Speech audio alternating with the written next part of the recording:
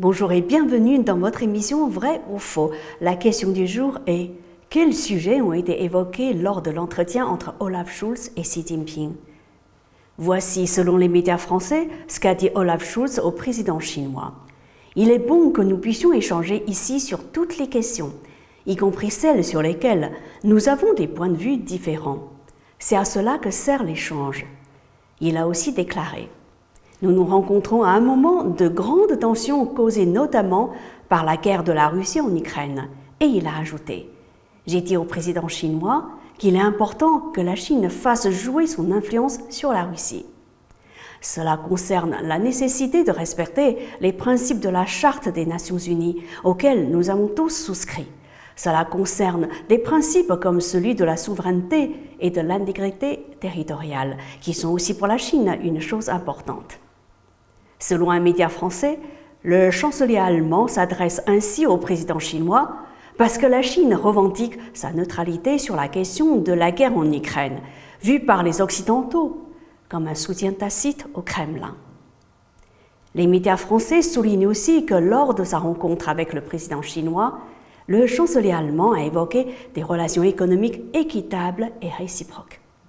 Maintenant, regardons comment les médias chinois, en particulier l'agence Xinhua, l'équivalent chinois de l'AFP, rapportent les propos que le chancelier allemand a adressés à Xi Jinping. Selon Xinhua, le chancelier Scholz a exprimé sa grande joie de visiter la Chine au moment où l'Allemagne et la Chine fêtent les 50 ans de leurs relations diplomatiques. Il a remercié Xi Jinping de lui avoir présenté les perspectives de développement de la Chine. Le chancelier allemand a également dit au président chinois: la situation internationale actuelle est complexe et grave, et le continent européen est également confronté à de nouveaux défis sans précédent.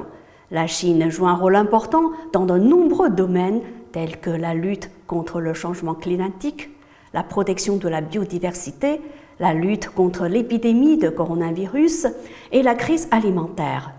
L'Allemagne espère maintenir la communication et la coordination avec la Chine pour mieux préserver la paix et la sécurité régionale et mondiale. La Chine est un partenaire économique et commercial important de l'Allemagne et de l'Europe.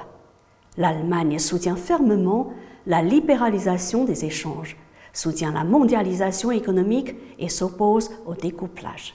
Enfin, Olaf Scholz a déclaré: l'Allemagne souhaite continuer à approfondir la coopération économique et commerciale avec la Chine et aider les entreprises des deux pays à se rencontrer pour mener à bien la coopération en matière d'investissement. Force est de constater que les propos du chancelier Scholz, rapportés par les médias français, du moins ceux que nous avons pu trouver dans les médias français, sont essentiellement axés sur la crise ukrainienne et sur ce que certains médias souhaitent entendre ou publier. C'est le fait que le chancelier allemand a demandé au président chinois de faire jouer son influence sur la Russie, tandis que les propos du chancelier allemand publiés par les médias chinois, en l'occurrence l'agence Xinhua, sont d'une part plus complets car les propos cités touchent des domaines très différents et d'autre part, ces propos ainsi rapportés font preuve d'une certaine hauteur de vue, dénués de prise de position étroitement partisane et donc dignes d'un grand dirigeant à la tête d'un grand pays, l'Allemagne. Et vous, qu'en pensez-vous? C'est la fin de cette émission. Merci à vous de l'avoir suivi. Bon week-end et à bientôt sur Mandarin TV.